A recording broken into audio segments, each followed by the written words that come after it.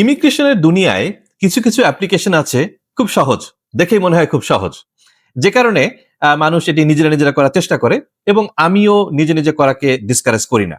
কিন্তু আপনাকে খেয়াল রাখতে হবে, যত সহজ অ্যাপ্লিকেশনই হোক, প্রত্যেকটা অ্যাপ্লিকেশনের কিছু মেরিট আছে।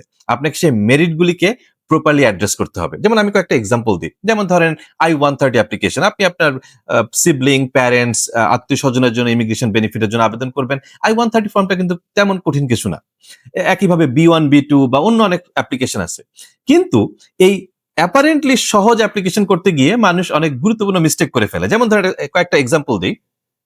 প্রত্যেকটা ফর্মের একটা করে গাইডলাইন আছে। USCIS কিন্তু প্রত্যেকটা ফর্ম কিভাবে ফিল আপ করতে হবে এইটার একটা গাইডলাইন হিসেবে আরেকটা ডকুমেন্ট, PDF ডকুমেন্ট পাবলিশ করে থাকে।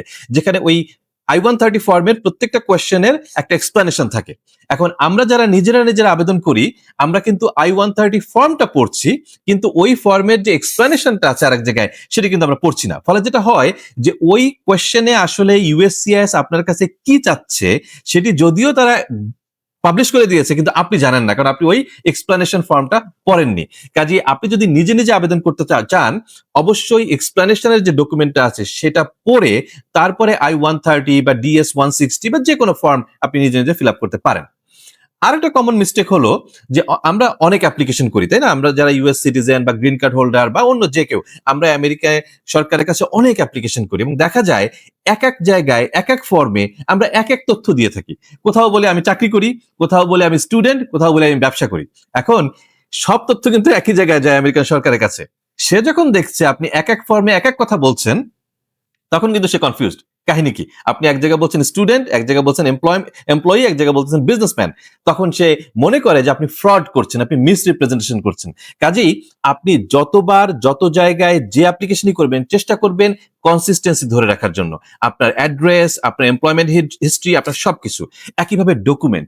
আমরা অনেক সময় জেনে বা না জেনে যে ডকুমেন্টগুলি দরকার সেগুলি প্রোভাইড করি না। আবার অনেক সময় ফেক বা ফ্রডুলেন্ট ডকুমেন্ট দিয়ে থাকি। এটি কিন্তু ভয়ঙ্কর অপরাধ আমেরিকান ইমিগ্রেশনের ক্ষেত্রে।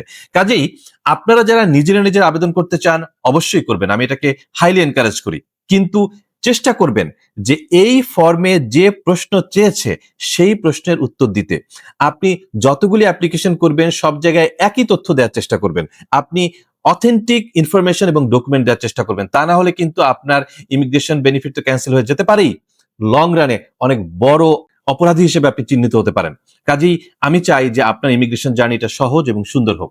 এ বিষয়ে যে কোনো ধরনের সাহায্য সহযোগিতা পেতে আমাদের সঙ্গে যোগাযোগ করবেন। আমরা চেষ্টা করব আপনাদেরকে সর্বোচ্চ সঠিক এবং দ্রুততম সময়ে সাহায্য সহযোগিতা প্রদান করতে। ভালো থাকবেন, সুস্থ থাকবেন।